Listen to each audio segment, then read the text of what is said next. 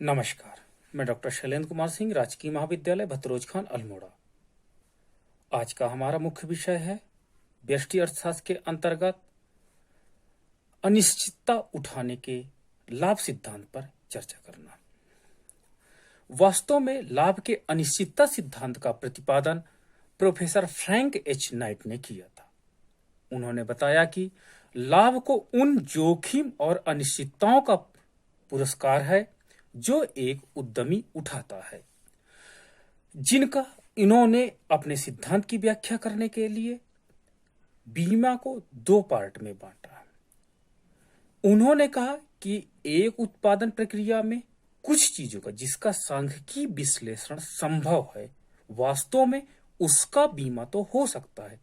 यानी जब हम अपने रिस्क को कैलकुलेट कर सकते हैं कि मान लीजिए यहां पर इतना नुकसान हो सकता है जिसका सांख्यिकीय डेटा आ सकता है, यानी जहां पर हम जोखिम का सांख्यिकीय आंकड़ा इकट्ठा कर सकते हैं, वास्तव में उसका बीमा तो होता है। लेकिन जिसके सांख्यिकीय आंकड़े इकट्ठा नहीं किए जा सकते, वास्तव में उसका बीमा नहीं होता।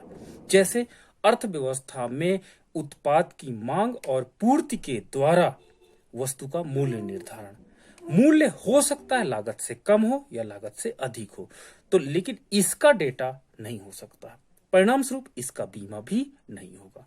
तो प्रोफेसर फ्रैंक एच नाइट ने बताया कि वास्तव में बीमा योग्य और बीमा ना योग्य, यानी हमारे पास बीमा अयोग्य जोखिम होते हैं।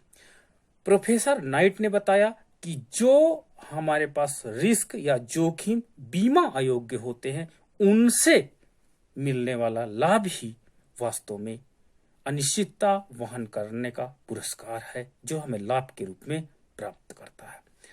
इन्होंने बताया कि कुछ जोखिम को उस सीमा तक मापा जा सकता है जहां तक कि उनके घटित होने की सांख्यिकीय गणना हो सकती है, यानी ये चीजों को बीमा किया जा सकता है। लेकिन जिनकी घटना घटित होने का सांख्यिकीय माप नहीं होता है, वो वास्तव में बीमा अयोग्य जोखिम होते हैं। इस प्रकार इन्होंने अपने लाभ सिद्धांत को दो पार्ट में डिवाइड किया, बीमित राशि और अबीमित राशि। अबीमित राशि से प्राप्त होने वाले पुरस्कार को इन्होंने लाभ कहा है। इन्होंने अपने आगे सिद्धांत की व्याख्या करते हुए बताया है कि एक उद्यमी वास्तव में लाभ वो अवशेष है जो अन्य साधन सेवाओं की संविदात्मक आय को निकालने के बाद बचता है। अर्थात अर्थव्यवस्था में एक उत्पादक यदि किसी संसाधन के सीमांत उत्पादकता के बराबर यदि मूल्य चुकाता है, तो वास्तव में उसे लाभ नहीं प्राप्त होता, क्योंकि प्रतियोगिता मूलक अर्थव्यवस्था है। यदि उसकी सीमांत उत्पादकता से कम मूल्य चुकाता है तो उसे धनात्मक लाभ होगा।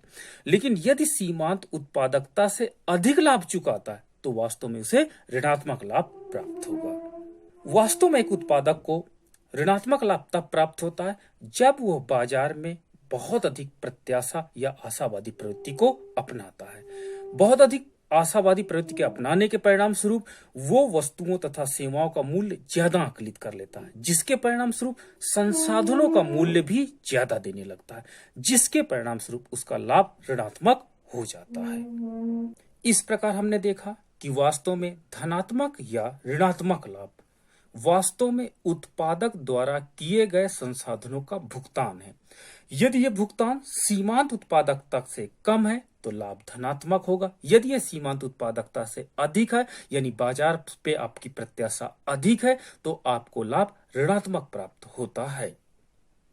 वास्तव में अनिश्चितता सारे समाज में पाई जाती है। लाभ धनात्मक या ऋणात्मक एक प्रकार से सब साधन सेवाओं को होता है। दूसरे शब्दों में हम कह सकते हैं कि सब प्रकार की आय में लाभ का अंश होता है, परंतु लाभ और संविदात्मक आय में सामाजिक आय का वितरण उद्यमी योग्यता की पूर्ति पर निर्भर करता है।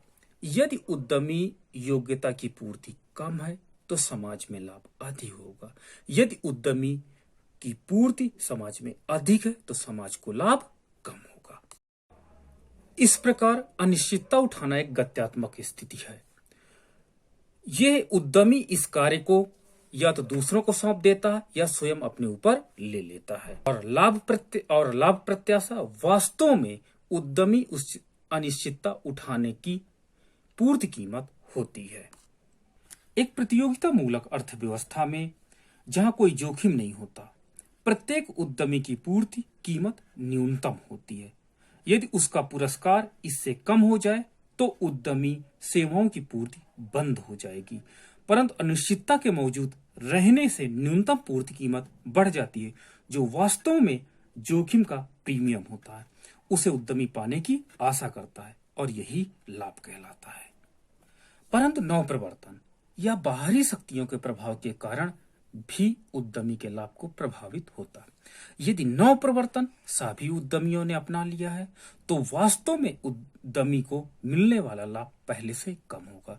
या जलवायु परिवर्तन का तात्पर्य है कि अचानक क्लाइमेट चेंज होने के कारण उस पर्टिकुलर वस्तु की मांग कम हो जाती है, जिसके परिणाम स्वरूप भी उद्यमी का लाभ वास्तव में सामान्य लाभ की श्रेणी में आ जाएगा।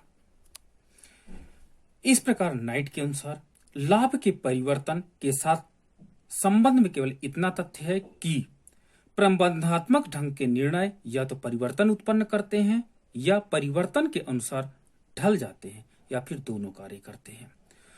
इस प्रकार अगर हम बात करते हैं तो वास्तव में नाइट का लाभ जोखिम लाभ सिद्धांत गत्यात्मक परिवर्तन उत्पन्न की गई बीमा अयोग्य राशियों या अनिश्चितताओं या जोखिमों के कारण होता है।